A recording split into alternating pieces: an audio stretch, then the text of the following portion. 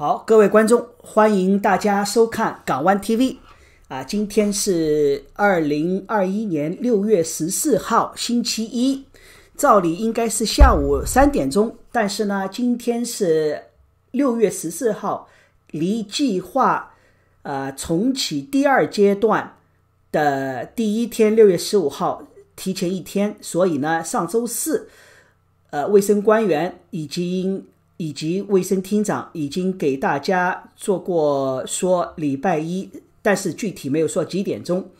昨天发了个邮件说是今天上午10点半，省长和卫生厅厅长以及 Bonnie Harry 首席医官，我们的 Public Health Officer 3个人联合主持一个第二阶段重启的新闻简报会。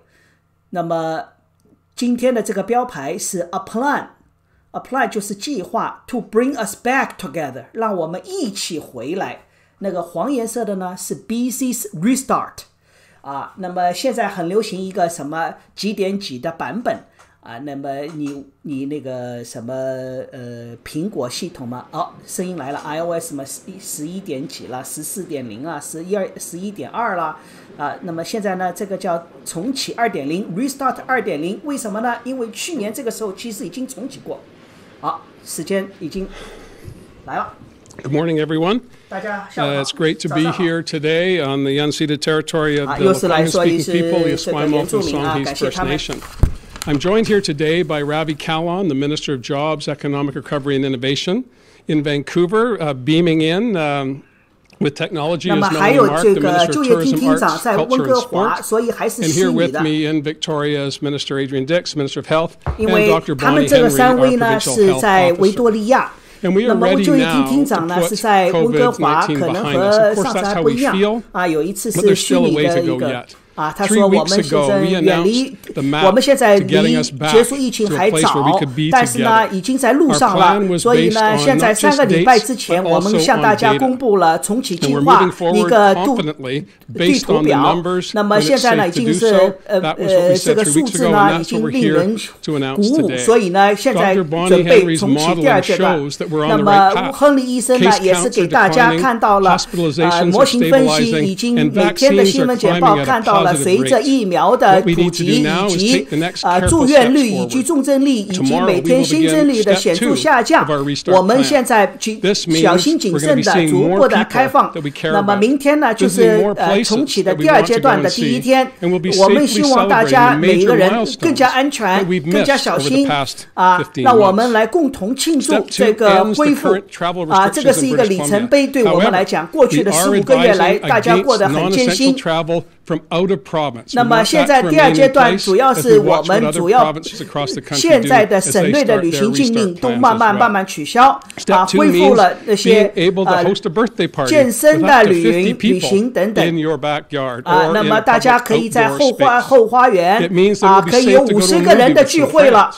在公共场所空场的地方有50个，室外的地方这个去年夏天也是50个人所以这个就像去年夏天一样。同时呢，我们也可以看看本地的一些体育的比赛。那同时呢，我们的这些基本的卫生保护措施还是要。同时，室内的这些公共的这些没有变，任何都没有变。那么同时呢，如果大家要改变室内的这些聚集要放松的话，那就要到第三阶段所以呢，具体的会有这个卫生厅长给大家详细说。所以我有进一步再告诉大家，我们是希望我们要往前走，我们要远远的甩开这次病毒给我们带来的创伤以及严重的影响，我们一定会战胜病毒我知道我们每一个省民都很焦虑到焦急的关注我们什么时候重启能够快速的恢复我们的经济，恢复我们的社区正常轨道。所以我们一定要尊重科学，我们一定要尊重科学。我们现在已经取得了巨大的成就，但是我们一定要记住我们很重要的还是要大家积极的接种疫苗，同时减少我们的社交接触慢慢的恢复，才能够使得我们共同的往前走，扎扎实实的前进。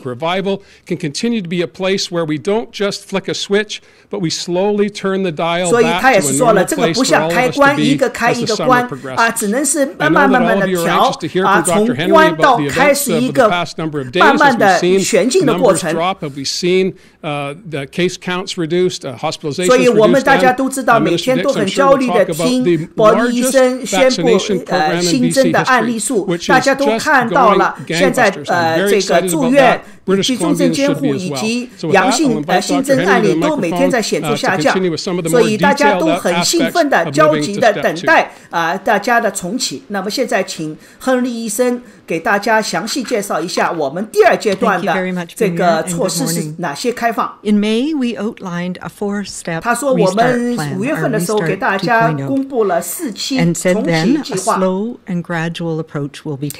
那么每一步都是慢慢的往前走，慢慢的重启。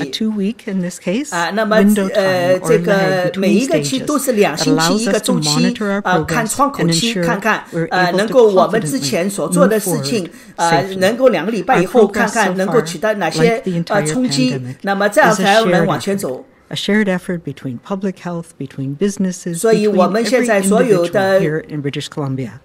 We can all be proud of 我们 what 的 we 共 have 同的努力 achieved 都是 over the last 大家 few 所有 weeks. 的人取得 As 参 I 与 shared 的， late 我也 last 很 week, the 自 data 豪 shows 的 us 看 that 到 we 了 are 我 in a 们 good 在过去 position 几个 right 礼 now. 拜里边所取得的成就这些数据这都表明了我们现在从往好的方向走。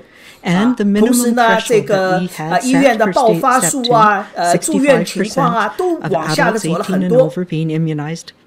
那么同时呢，我们的这个重启第二阶段呢是65%，这个阶段已经早就超过了，我们现在都已经超过了75%的接种率。所以，但是呢，我们还会注意持续的观测社区的传播情况所以我一直在强调，我们只不过是重启第一阶段刚刚重启第一阶段所以我们还会要持续观察那么一定看我们每天处决的进步，使得我们的社交慢慢恢复正常基本上第二阶段和第一阶段没有什么大区别基本上那么同时呢，就是室外的聚集数才修改那么室内的个人是他说对不起个人的聚集是50个人，就是以家庭为单位的这种聚集，室外是50个人了那么我们知道这些呢是风险对大家带来很小了，室外的风险小，同时大家又是接种了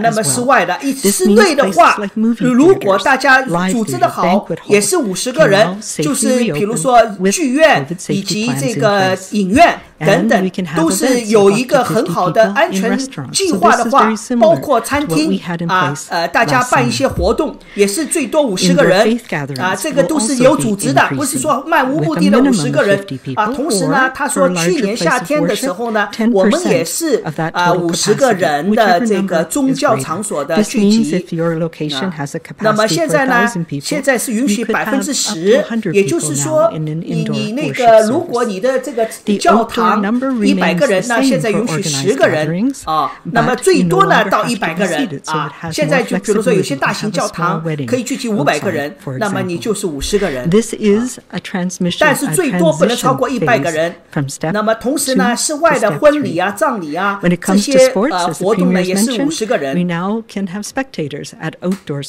那么同时呢，我们现在室外的一些运动场所呢可以允许有观众来看了，比如说孩子们的足球比赛棒球可以家庭为单位去看了大家可以去看了，可以观摩了。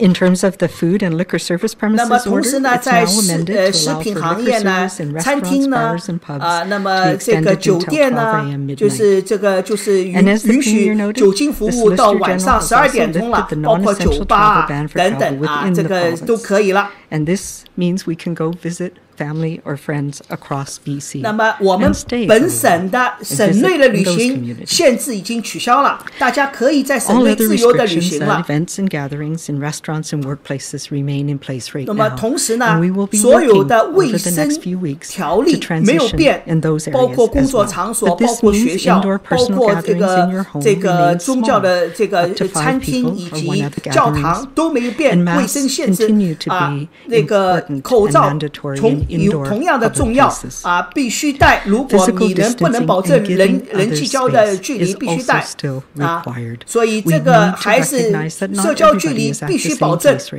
这个还是始终没有变。